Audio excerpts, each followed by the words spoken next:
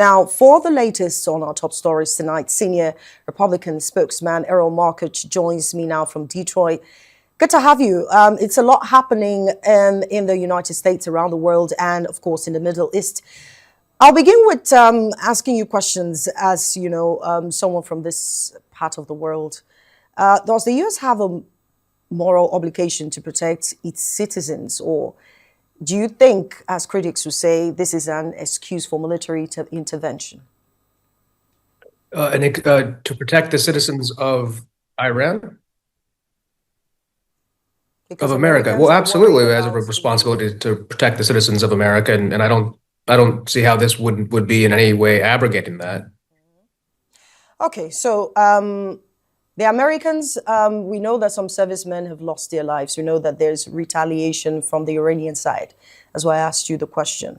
Does the U.S. have the moral, obligation to protect its citizens? And also, furthermore, I mean, what's the public opinion right now in the United States? There's a lot of tension, as you heard in the news. There have been killings and shootings, even though it's not being connected to the, the strike in Iran or the killing of Khamenei.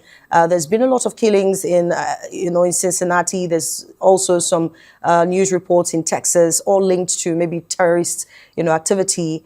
So I'm wondering, this effect of the, the strike in Iran, we're seeing this happening now. So we're wondering if if there's a moral obligation to protect Americans, because it's going to spiral, as we can see already.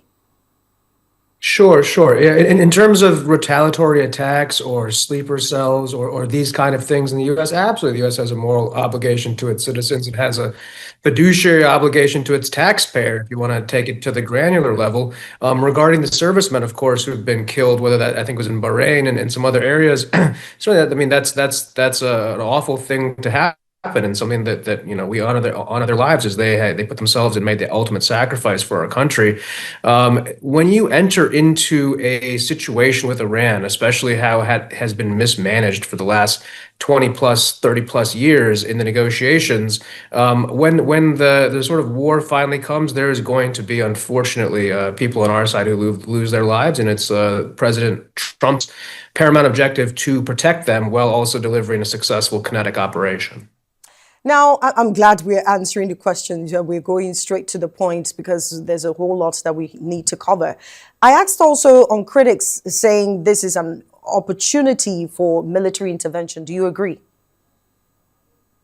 I think it's a fantastic opportunity for military intervention, and it's certainly right in the sort of cadence that we're looking for. Venezuela, now Iran. Hopefully, we get the Anglo-Slavic peace in the Ukraine area, and then we're going to sort of turn our focus on Cuba. So it absolutely is directive, and this is something that, by the way, every U.S. president has come along and said Iran can't have a nuclear weapon. Iran isn't able to do this. Axis of evil. Take it from Obama, from Clinton, from anybody. In the end, it was Donald Trump who actually delivered, and he's the one who's going to destroy this regime and bring freedom to the people of Iran. Now, we know that there's mixed reactions coming from Iran because some people are mourning, others are celebrating, which is, the norm. Some people are for, others are against. Now, the conflict could spill into neighboring countries, which are already seen. One killed in, Abu Dhabi, UAE. There's a lot of spillover, destabilizing the Middle East and affecting global security. Plus, do you think this is going to unsettle? This is already spiraling into a war, some people would say. And do you think Trump's actions will impact global nuclear non-proliferation treaty? Well, on the first accord, I think it was very interesting to note that a lot of these damages came, of course, from missiles that have been destroyed, and then the debris was hitting, or the Fairmont Hotel in Dubai, which is a wonderful property, and I hope everyone there was able to sort of survive the situation. I think the bigger thing to think about is, well, that might be commanding the news right now. You have the last country to invade, by the way, Iran was Iraq. Iraq is right there on the border. Turkey will invade the north to protect the Azeri-speaking Turkic tribes. You have a surrounding situation where every single Arab nation, effectively, besides Oman, who's a little bit more diplomatic, has allied themselves with Israel and the United States against Iran. And also, it's Sunni versus Shia, which puts them in an interesting spot. At the same time, you have Pakistan, the first ever time a bankrupt country has invaded Afghanistan. Maybe they'll be successful in doing that. When it comes to non-proliferation, I think that's where we sort of get to the crux of the issue. When you have agreeable people in international accords, then yes, we can have nice documental and procedural agreements. But with Iran, as we push for non-proliferation, we saw them getting closer and closer to enrichment. And whether or not they were or weren't going to give those bombs to Hezbollah, that wasn't up to them to decide. That has ended up being up to us to decide. And we noticed also that Hezbollah did not retaliate against Israel because as Iran is sort of going down, they're realizing this might be the end. And I think it's very important to differentiate the Gulf states being hit by rockets versus the potential invasions from surrounding Arab countries if the Persians internally aren't able to find a factional accord and elect somebody or put somebody in who can govern Iran in the interim. Now, I don't think, Errol, you've answered my question. I was asking you about the war spiraling in that region and unsettling the Middle East in general. In fact, some people say that Israel wouldn't be able to command this much boldness to, do what they did with Iran if not for Trump. So I'm asking, can you see that there are lots of lives being lost here? As a Republican spokesperson, I understand that the support for the party and for Donald Trump, but their lives being lost here is spiraling literally almost into a war. Looking at, Pakistan also attacking the U.S. embassy, base.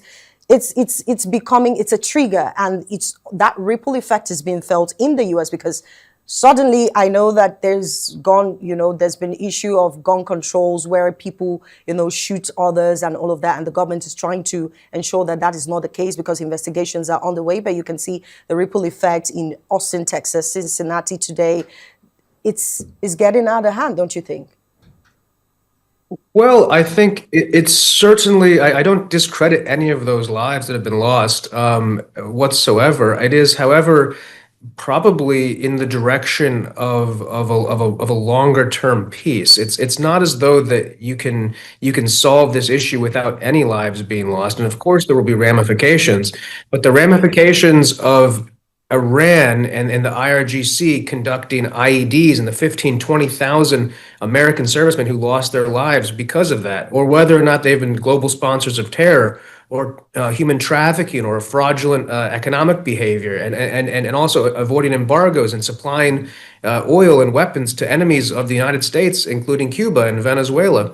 When you keep all of those things in mind, yes, there's going to be danger, but I think that the ultimate situation here is that if the U.S. doesn't surge troops, which they're not going to, we're doing this everything from the air and from the sea, and we work with our regional partners. I think it's sort of a new paradigm in the way things are operated. And yes, there will be casualties, and that is a shame, and that is something that everybody in the defense world is candidly aware of. But it doesn't mean that you don't do the right thing just because that the bad guys will attack. Even though the bad guys will attack, we will still decide to defend the side of righteousness and light, which is what is the Western Alliance. All right. Errol, do you think or do you agree that the U.S. is currently at war? I believe the U.S. is currently at war, regardless if they will officially use that moniker to avoid congressional situations, as the U.S. hasn't technically been at war, I think, since World War II. Everything else has been structured in different ways, so they've been around it. It's sort of a variable situation, but if you ask me, yes, we're at war. Iran might retaliate, some people say, by closing the vital waterway, disrupting about 20% of global oil and LNG exports and triggering a severe energy crisis. And Iran might accelerate its nuclear program, potentially leading to a nuclear-armed Iran and triggering a regional arms race. As a matter of fact, as we speak, they said they are now having interim leaders in place. So do you think the snake's head has been cut off?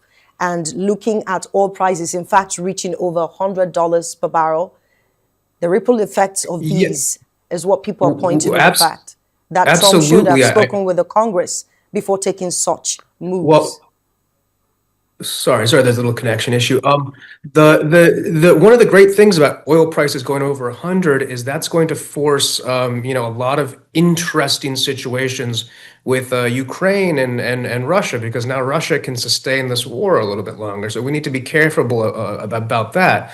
I do think that the risk of a ripple effect is lesser than is perhaps at first glance, because Iran doesn't have an air force and doesn't have the ability to project power. And even though we cut the head off the snake, we're waiting for them to put a second head on the snake, because we're going to kill that guy too immediately, and we'll kill the very next guy. And if they want to put things in Strait of Hormuz, that's fantastic. We sunk 9 Iranian vessels. We will sink the entire Iranian Air Force.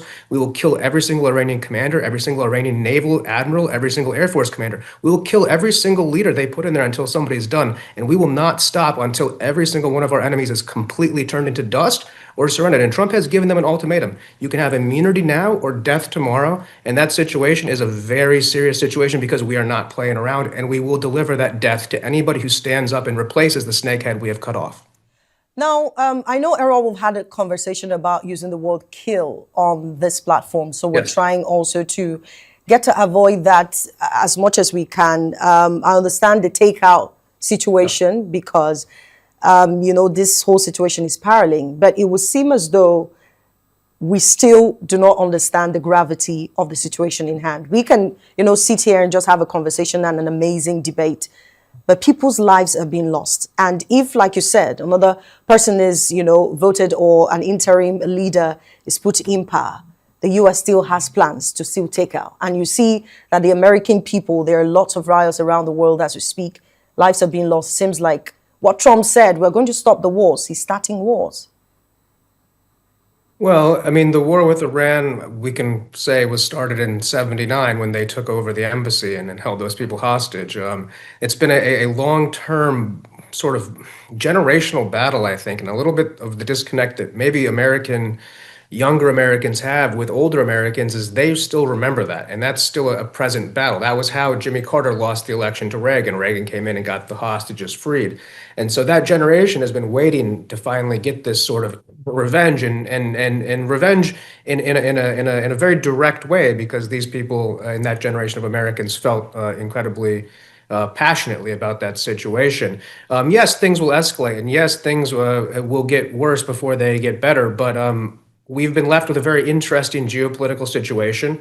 And if we can eliminate Cuba, Iran, and Venezuela in the next, let's say within the next 24 months or so, the long-term benefit of that to the world and to the global safety and domestic safety of Americans and everybody abroad will be worth it, regardless of the fact that there will be casualties. But I would always remember that there were casualties caused by Iranian terrorism before we decided to put an end to them.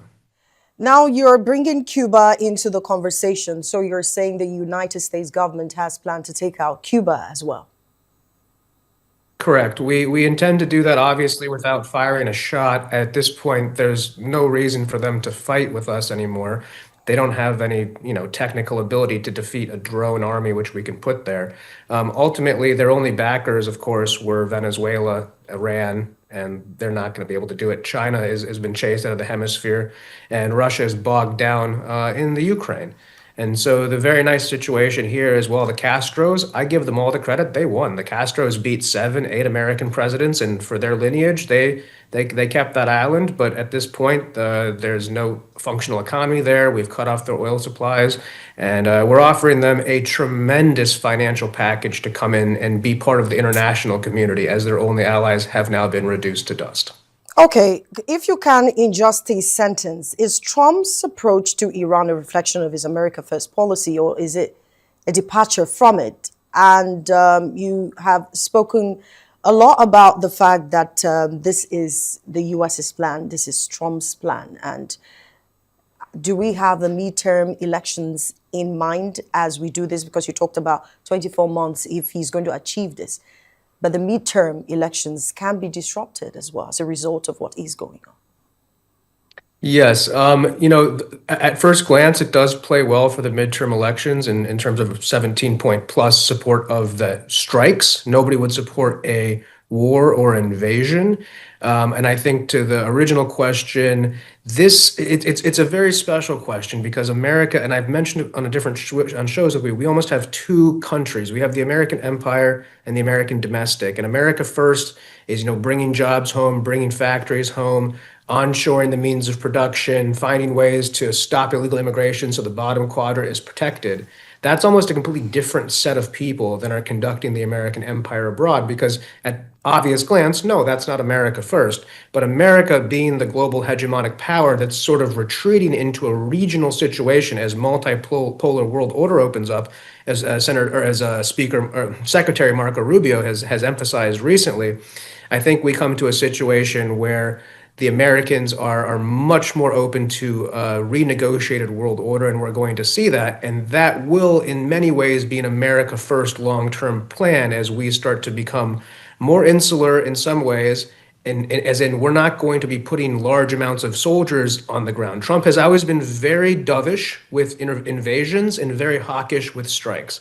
And I think you can make the argument that that is an America first policy, as America is still a preeminent superpower and does have a responsibility around the world to be on the side of light and justice, which is what we are doing in Iran. All right, Errol Morkoc, thank you so much for your time. Our concern is the humanitarian crisis that will spill over from this. Appreciate you. He is the senior Republican spokesman, joined us from Detroit to talk about the consequences of, the strikes from the United States.